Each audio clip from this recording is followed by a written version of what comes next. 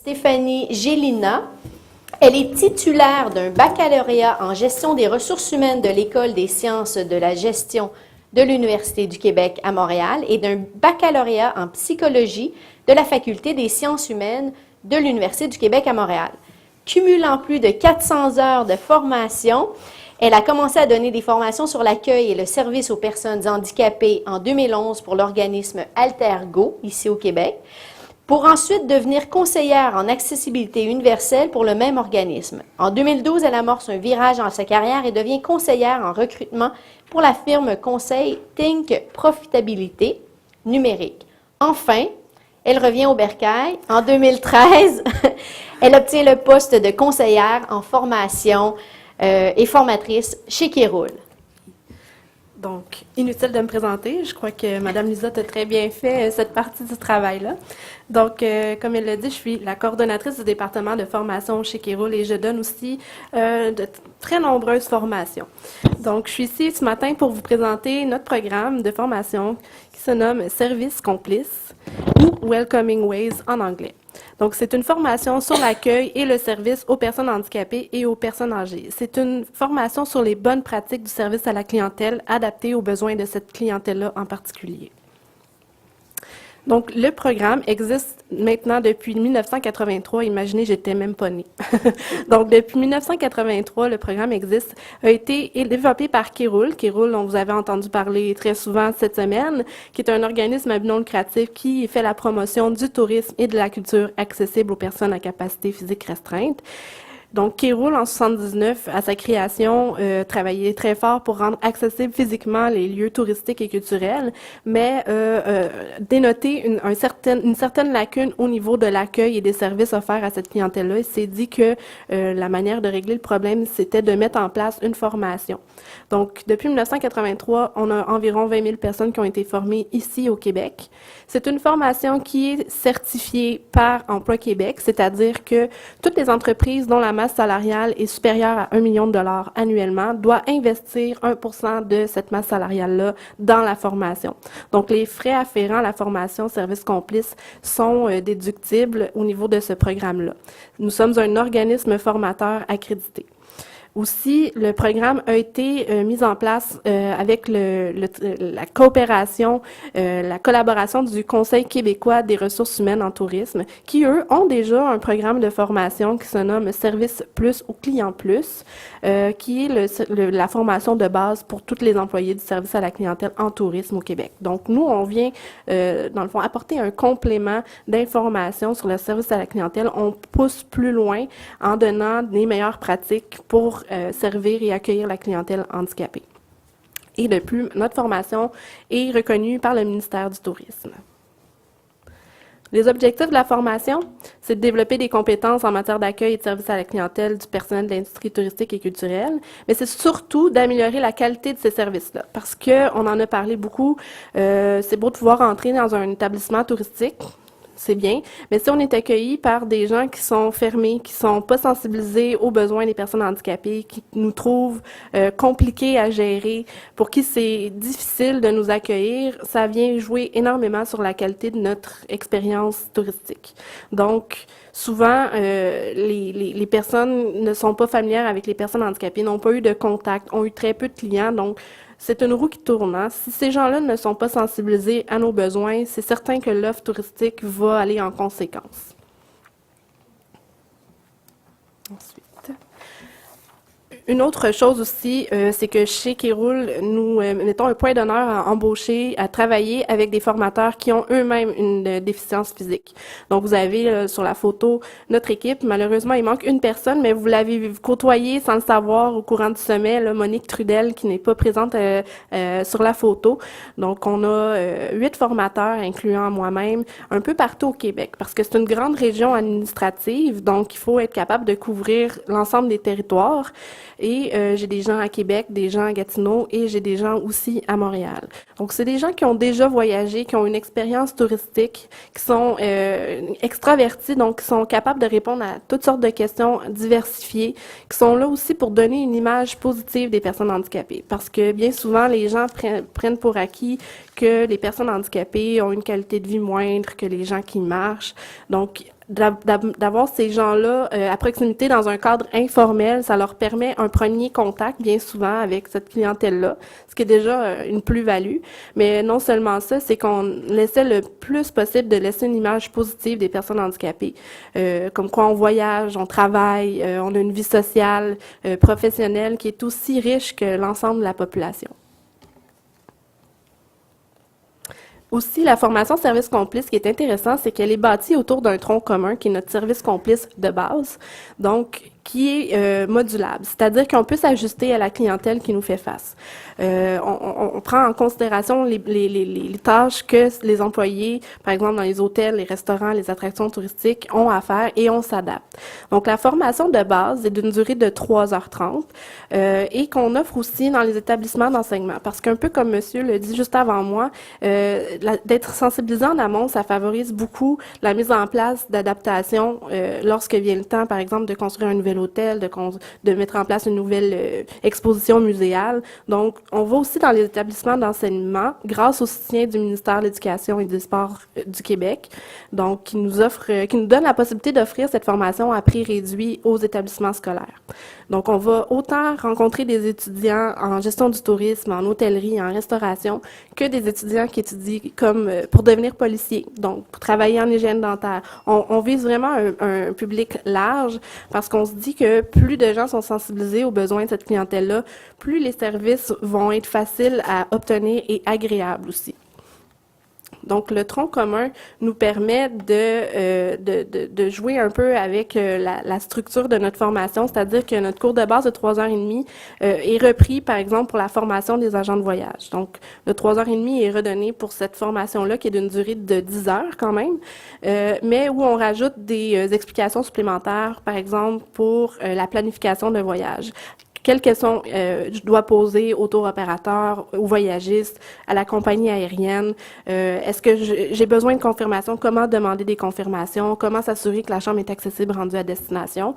Et aussi, on fait venir des conférenciers lors de cette formation-là pour nous parler de leurs services, comme par exemple l'Aéroport de Montréal, Via Rail, la Fédération des transporteurs par autocar. Donc, on fait venir des gens qui œuvrent dans ces entreprises-là de transport ou d'hébergement ou de voyage pour justement permettre aux agents de voyage d'avoir un premier contact.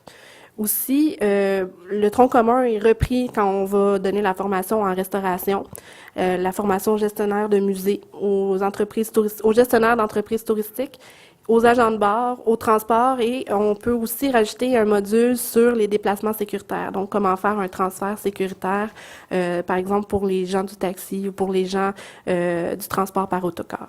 Donc, c'est une formation qui est malléable, donc on est capable de jouer avec le contenu. D'ailleurs, la prochaine étape, ce sera de vous parler du contenu de la formation, mais on s'ajuste toujours aux gens qui sont devant nous. La formation, on peut la donner sous de deux façons, en fait. On offre toujours, un peu avant la haute saison touristique, qui est ici mai-juin, on offre toujours une formation publique dans différentes régions administratives du Québec, parce que Kéroul a un projet qui s'appelle la route accessible, et tous nos 270 partenaires de la route accessible ont l'obligation d'être formés, de former des employés. Donc, c'est une offre touristique intégrée, et ces entreprises-là se retrouvent un peu partout au Québec. Donc, on offre des formations publiques, mais on offre aussi la possibilité aux entreprises qui veulent former des groupes de 10 à 20 personnes de donner une formation privée directement dans leurs locaux. Donc, c'est deux modèles. Et le cours de base qu'on répète pour ces formations-là, on vient parler surtout de la clientèle. Notre première partie concerne la clientèle en général. Donc, qui sont les clients potentiels de vos établissements? Que représente cette clientèle-là en termes d'argent? Parce que si on ne parle pas d'argent, souvent, on est mis de côté, on est négligé. On pense que les personnes handicapées, souvent, n'ont pas les moyens financiers de voyager. Donc, pourquoi rendre accessibles nos établissements, nos services, notre accueil? Hein, cette clientèle-là ne voyage pas. On dit souvent que les personnes, par exemple, qui ont une déficience visuelle ne voient rien. Donc, pourquoi ils iraient voyager? Mais il y a d'autres manières de voyager. Il faut faire prendre conscience de ça aux gens et c'est de ça qu'on parle dans la première partie. Donc, on décrit la clientèle, on explique aux gens qu'il n'y a pas une personne qui est pareille. Donc, les besoins, on n'arrive pas avec une recette magique, ça c'est certain. On explique aux gens que si ça fonctionnait bien avec un client, une fois, ça peut pas être répliqué une deuxième fois parce que les gens fonctionnent de tellement de manières différentes. Donc, il faut toujours s'ajuster. On n'a pas de recette magique, malheureusement. On s'attarde aussi aux questions d'attitude et de perception. Hein? Démystifier certains mythes, comme par exemple, je l'ai dit, les personnes handicapées n'ont pas d'argent ou les personnes en fauteuil roulant ne sont pas capables de s'exprimer par eux-mêmes parce qu'ils ont une déficience intellectuelle. C'est des choses qu'on voit encore, c'est des choses qu'on entend encore. Donc, on essaie de mettre le point sur les i, les barres sur les t au sujet de la qualité de vie des personnes handicapées et de tout ce qu'on peut penser en lien avec le handicap. C'est sûr que une fois ça mis en place, on veut donner des trucs aux gens. On veut pas les laisser partir avec arrangez-vous. Puis non, on veut leur donner des trucs, des techniques de communication, des manières d'aider concrètement les personnes. Mais on leur rappelle qu'avant d'aider une personne handicapée, c'est très important de poser 2 questions. Premièrement, est-ce que je peux vous aider? Parce que souvent les gens veulent nous aider sans même qu'on ait demandé de l'aide. Donc ça, c'est une première chose. Et la deuxième chose, on leur dit, la deuxième bonne question, ce serait de poser à la personne, comment puis-je vous aider? Qu'est-ce que je peux faire pour vous? Ça engage la communication et ça fait en sorte qu'on aide la personne de la bonne manière. Et après, c'est sûr et certain qu'on donne des trucs plus particuliers, par exemple pour la déficience motrice, visuelle, auditive et de la parole, sans oublier de mentionner le fait qu'il y a d'autres types de déficiences. Malheureusement, dans le 3h30, et pour des choix qui sont propres à Kéroul, nous attardons principalement sur ces 4 grands types de déficiences, mais il ne faut pas oublier la clientèle des personnes avec une déficience intellectuelle, problèmes de santé mentale et autres types d'handicap. Mais parce que Kéroul s'intéresse plutôt à ce qui est fait concrètement pour ces personnes-là en termes d'adaptation, notre cours porte sur ces grandes catégories de handicap-là. Puis bien sûr, ben pourquoi pas rajouter un peu de plaisir, hein? Donc on met les gens en situation, on leur fait vivre l'expérience de techniques de guide pour une personne avec une déficience visuelle.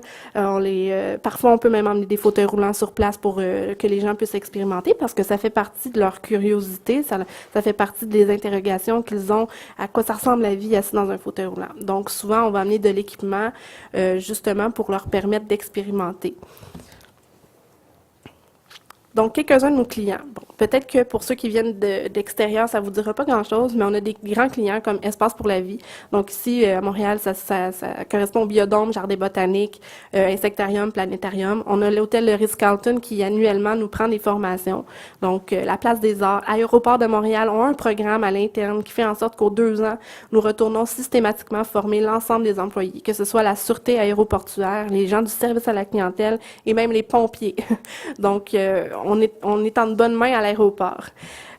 Aussi, Musée national des beaux-arts, Aquarium de Québec, l'hôtel Château-Laurier à Québec a gagné la mention Kéroul cette année pour la qualité de ses installations et la Société des traversées du Québec. Et là, j'en passe. D'ailleurs, on a un bon partenariat avec l'Institut du tourisme et de l'hôtellerie du Québec qui fait appel à nous au minimum 6 à 8 fois par année et aussi d'autres institutions scolaires comme le Collège April-Fortier qui forment des agents de voyage. En conclusion, comme je l'ai dit d'entrée de jeu, hein, au-delà de l'accessibilité physique d'un attrait touristique, il y a aussi l'accueil et le service qui comptent pour beaucoup. Puis pour ma part, je considère que l'accueil joue pour 75% de la qualité de mon expérience. Parce que si je vois un problème d'accessibilité physique, mais que je peux au moins me reporter à quelqu'un qui est sensible à mes besoins, je considère que c'est une manière de contourner ce problème d'accessibilité physique-là que d'avoir des gens qui sont à l'écoute. Donc, voilà. Merci beaucoup.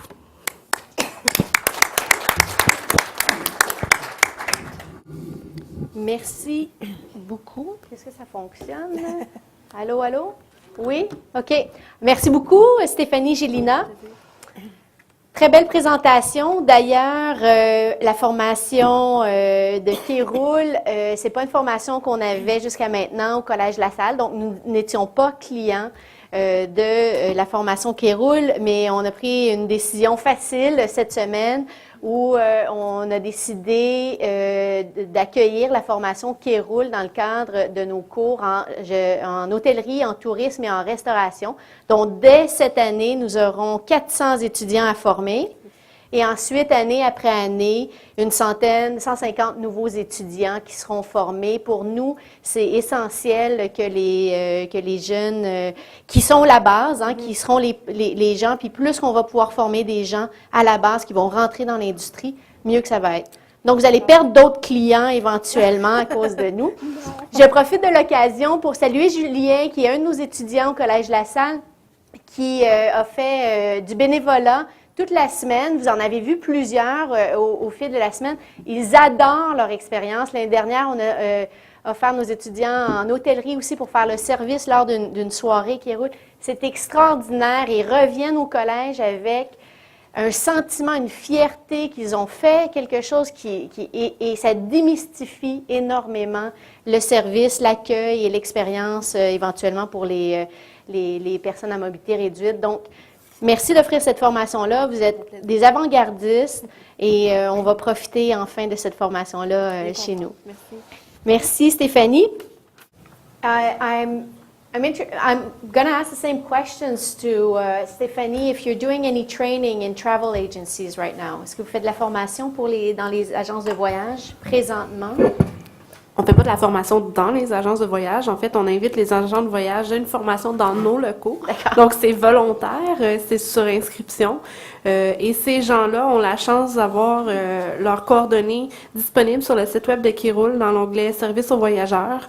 Donc, ce sont des gens qui ont été formés et sensibilisés aux besoins particuliers des gens qui veulent voyager et qui veulent obtenir les services d'un agent de voyage qui connaît le processus de réservation. Donc, on a une trentaine d'agents de voyage qui sont en ce moment sur notre site web et dont on fait la promotion. Ça fait partie de notre entente de service avec ces agents de voyage-là. Génial.